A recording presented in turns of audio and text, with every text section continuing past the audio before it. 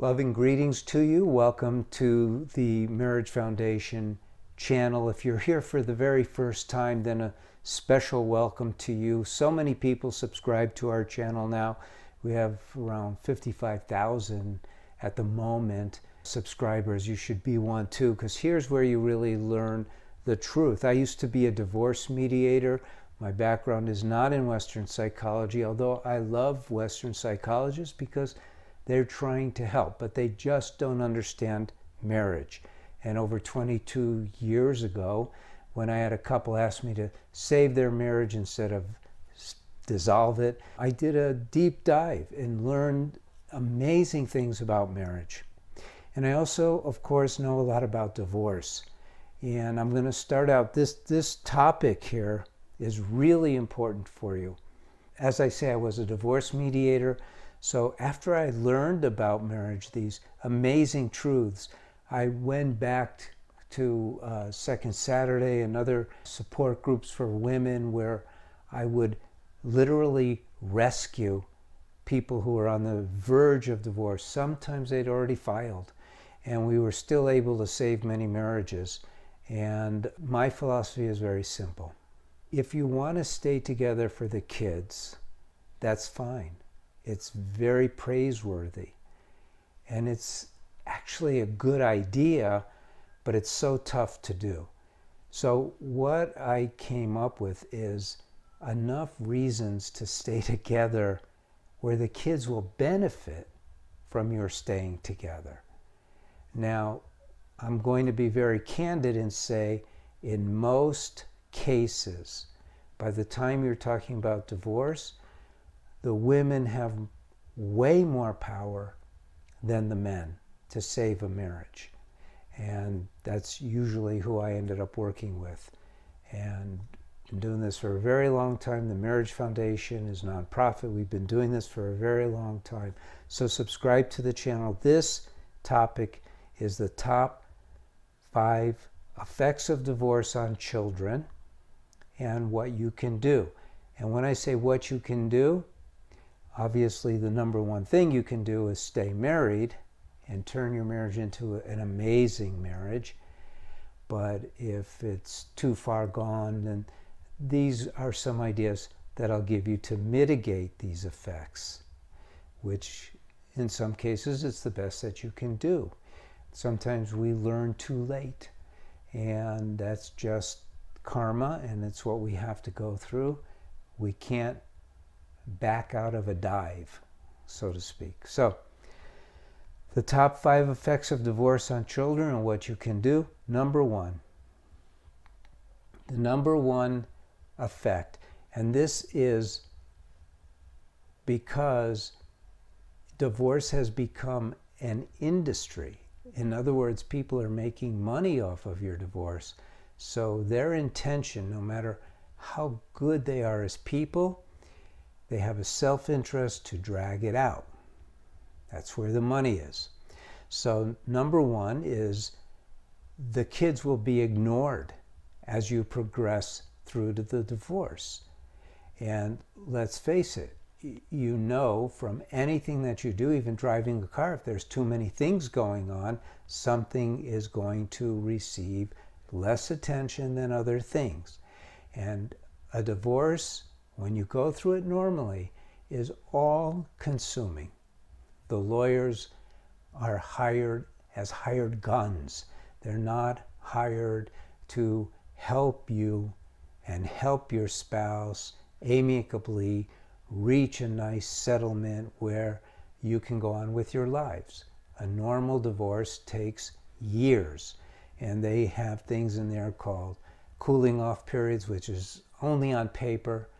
It's not real. What's really happening is that the assault upon each of you by your lawyers, and really by you and by your spouse, is hard to handle. I mean, it's so traumatic. Here's someone who you said, I love you, I'm going to be with you for the rest of my life, I'm going to take care of you, I'm going to be there for you, and now you're at war.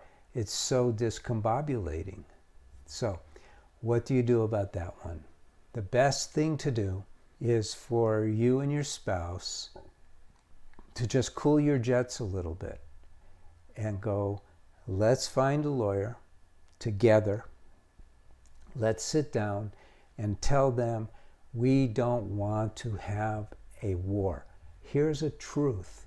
The truth is that the laws surrounding divorce have been in place now so long, they're so mature, that no matter how much you battle, there's like a 5%, maybe 5% difference between worst and best scenarios.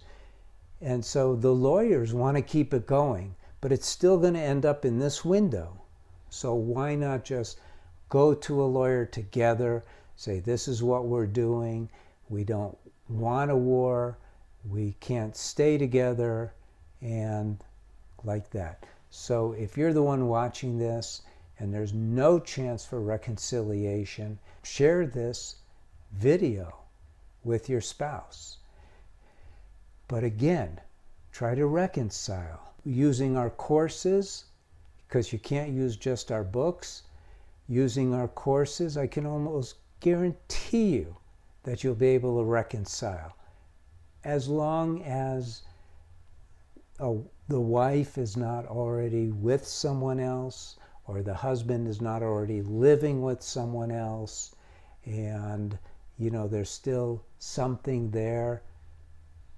These are the marriages that I turned around completely and turned them into nests of love. And you are able to do that. And it doesn't matter what a counselor has told you. The counselors that were sending me all my business started sending me their clients who they knew they couldn't help, but realized I could. And I can. And now we have the foundation, we have online courses, and you can do it. Okay, number 2. This is important. You love your kids, but they're going to start feeling unsafe, and it's in their minds, and it's also in reality. One of my dear friends, another divorce mediator, used to put it this way, that kids are souls who have come onto this world, this new world for them, with 2 bodyguards, right? Husband and wife. And now they're turning on each other. Whoa. Kids can't fend for themselves. And in many cases, the parents are not just fighting between themselves, but they're dragging their kids into it. And it's not cool to do that, because the rapidity with which a child is learning life skills is so intense until they get to be around 18 or so, that every moment counts. And now, and you guys are their fail-safe. You're their backup. You're where they go. They know it consciously and subconsciously that when all else fails, mom and dad are there, and now they're not. In fact, now mom and dad are fighting each other. They are stranded. They're on their own. And it's really devastating. And of course, psychologically, what happens is they start throwing layers of protection, because we all are governed by our drive to survive to some great extent. And so, some of them collapse, some of them put layers of defenses. No way does it work out where it's good. No way.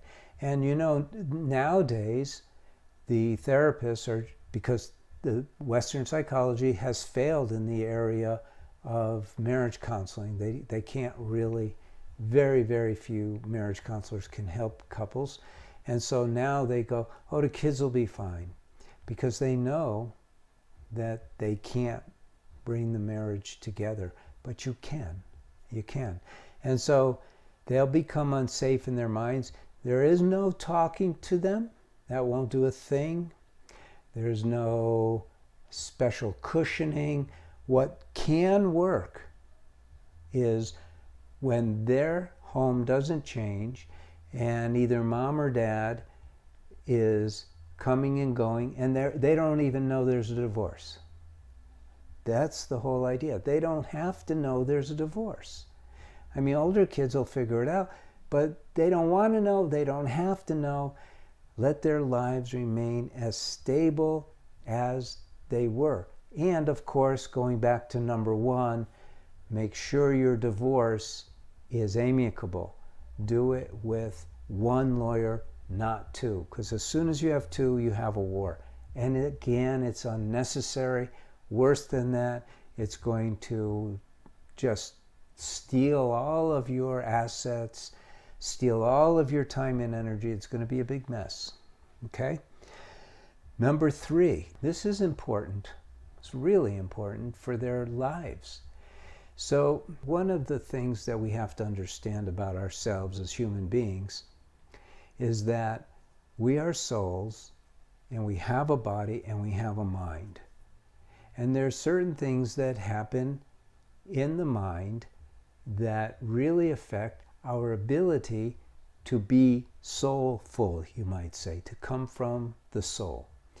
And as we mature, some people, what they do is they go on to a spiritual path or a path of self-awareness or self-improvement, and those people are proactively breaking down all the barriers that their minds have put up to protect their hearts.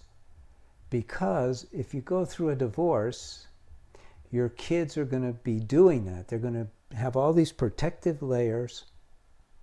They're not going to be able to trust, and you should be able to trust everyone with awareness. Okay? I trust you, but I understand your limits and like that.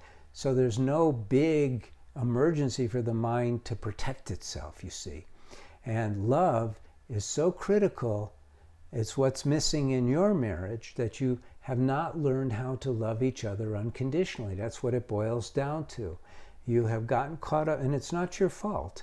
In our world, we don't get educated to love. We don't get educated to connect. We don't get educated to understand, to have compassion, to see things through our partner's eyes. We don't learn the basics of marriage. And so your kids are now going to be learning that you just got to be on your toes all the time. You got to be defensive all the time. And when it's time for them to get married, because it's a natural desire, they're going to have a very hard time opening up their hearts. They are going to get into a lot of premarital sex, many sexual partners in most cases. Their lives are going to be quite a distraction. So this number three is very important. One of the impacts is they will lose their ability to a large degree to trust and to love. Very, very important to have those abilities. You know, I wanted to be succinct. So number four is their lives will be disrupted for too long. Disruption comes anytime there's any change. If you're going on vacation, there's a disruption. And it always causes a little bit of disturbance. You know, the most simple life is the easier life. You develop routines, you maintain a certain cadence to your life, and that's what kids thrive within. That's why an intact family is so important. And now you don't know what's going to happen. You don't know when it's going to happen. And especially if you have the war scenario in your divorce rather than mediation, it's going to be so disruptive, so chaotic, and for such a long period of time, they're not going to be able to keep their feet flat on the ground. And you know what that does to you. Multiply that by 100 for your kids. It's really a mess. And again, what you can do about it is you get one lawyer and you work on your divorce that way. Better than that is to get your marriage back together. And everyone says, oh, you know, I found a new partner, they're much better, and da-da-da-da. Your stuff is your stuff. Part of what we learn in the courses that we have is mastering your mind and using tools for this passionate introspection where you're looking at yourself, and yourself, not your spouse, but yourself, and you're dealing with the flaws that you discover. And so this is important to do. And when you do this, you progress, you become happier, calmer, more loving, more open. Until you do that, it doesn't matter who you're with. You're going to be carrying your baggage around with you. So it's important to know that, because moving on to someone else is not a solution. It's just not. The real solution is dealing with your own stuff, learning to love unconditionally. Let us guide you. Use our courses. And definitely subscribe to this channel so at least in the beginning you start getting a sense of what marriage is supposed to be from us. Number 5, know this. This is not only for people in certain segments of our society. They will fare poorly in every single aspect of their lives. They won't do as well in school. They won't do as well socially. They won't do as well academically. Do you know, for instance, this is a fact, that over 90% of suicides are people who came from broken homes? You know, we hear about the suicides from kids who have gotten a lot of pressure to do their homework and stuff like that, or whatever, but that's not the reality. The reality is that over 90% come from broken homes. I think that says it all. When I came across that statistic, it was in 2001, it blew my mind. I didn't know that. There's a lot of things we don't want to know, right? And so it's very difficult to mitigate the effects that a divorce is going to have on your kids. I understand and I agree that there's some cases where it's just going to happen. And then you do the very best you can. And again, that includes reducing the conflict by understanding, and this is something that is not advertised to the general public, but because of how the laws are set up, going to war doesn't benefit you. And doing it out of vengeance is just sheer stupidity, ignorance, and affects your kids more than anyone else. So please don't do that. And don't lay it on your spouse. Hey, you don't love our kids because Paul Friedman said blah, blah, blah. No, get diplomatic. Become understanding. Take responsibility for what's going on your side. Don't be judgmental of your spouse. Don't be an a-hole towards them. Recognize that your marriage was collapsing because neither of you understood marriage and how to treat each other. And you can change that. This is the main message you should get from this video. You really don't have to get a divorce. And I mean, when I look back at all the people who I helped get a divorce, bad karma, bad karma. Want to know something? I can't think of one couple where they should have gotten a divorce. It's just nobody knew how. And so that's what we're doing at the Marriage Foundation. It's a mission. In fact, if you're a therapist or clergy or not, and you just want to help people, counsel people, be a marriage coach or whatever, we have a course to teach you how to be a TMF marriage counselor. That's all we do here is marriage. We don't do anything else. We don't do grief therapy or child psychology or anything like that. All about marriage, because we now know how, and we want you to have that benefit.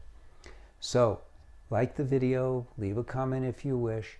I'm Paul Friedman. I founded the Marriage Foundation. I'm very glad you stopped by. I'm very glad you subscribe. God bless you. Hope to see you again. Take care. Thank you.